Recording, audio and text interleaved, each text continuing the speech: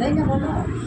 এত সুন্দর সাইজ মাছটার, একদম সত্যি তাই। বদ্দি মাছ কাটার ওস্তাদ, বদ্দি সব দিকেরই ওস্তাদ। বদ্দি কোন দিকের ওস্তাদ না বলতো? শ্বশুরমশাই আমাকে ধরে ধরে মাছ কাটা শিখিয়ে দিয়ে গেছে। হ্যাঁ রে, তাহলে বল কতটা ভালোবাসলে শ্বশুরমশাই মাছ কাটা শেখায়।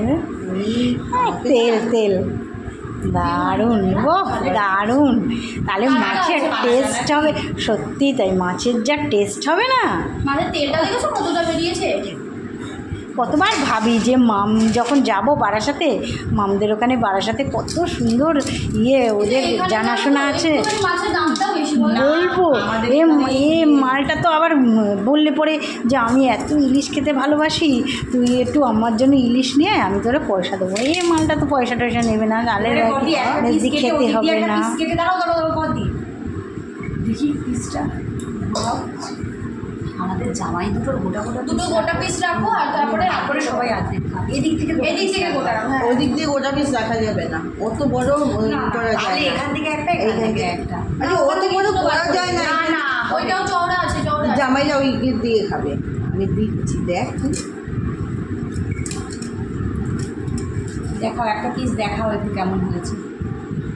শুনে এইটা এই বলদি, ওই পিস ভালো লাগবে না, ওই পিস ছোট পিস হয়ে যাচ্ছে। না এটা দাদাভাইয়ের একটা, না এটা গৌতমকে করে এইটা তুই দাদাভাইকে দেবি, গৌতম রে ওই, হ্যাঁ ওইটা গৌতমও তাই খায়। গৌতম কি এই খায় পিস? খাবে না, ইলিশ মাছ খায় না। গৌতম ওই পেটের পিস ছাড়া খায় না, ও তো কাটা মাছ বলে আনে না। ও রিং পিস খাবে না, মানে দাগা পেটি যেটা ওরকম খাবে। আমাদের আবার ইংলিশ খেতে ভালো লাগে। আর আমাদের ইলিশ আসে না কিসের জন্য? কাটার জন্য। আর যদি কিনা তোমার হচ্ছে গিয়ে পেটির পিস হয় তাহলেই খাবে সব মাছের, মানে কাটা কোনো। সত্যি তাই, দেখে হ্যাঁ কাতলা মাছটা কাতলা কাতলা বলে গেল। হ্যাঁ, আমি কাতলার বদলে কি চলে আসলো।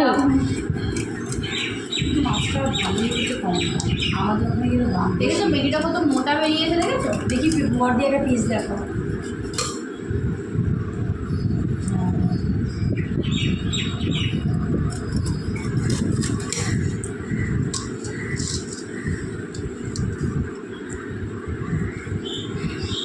এই কতটা এনেছিস?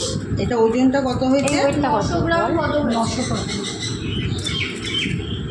কত করে নিল বাবা? ভুলে গেছে এক্ষুনি, এর দামে নিয়ে এসে ভুলে গেছে। হ্যাঁ, 3 রকমের ছিল, ভুলে গেছি। কিছুই হয়নি, একটুও ডিম নেই, পুরো তেল। হতেও পারে না হতে পারে। আমরা ডিমটা জিজ্ঞাসা করেছিলাম, আমার ডিম হলে মাছের স্বাদটা নষ্ট হয়ে যায়।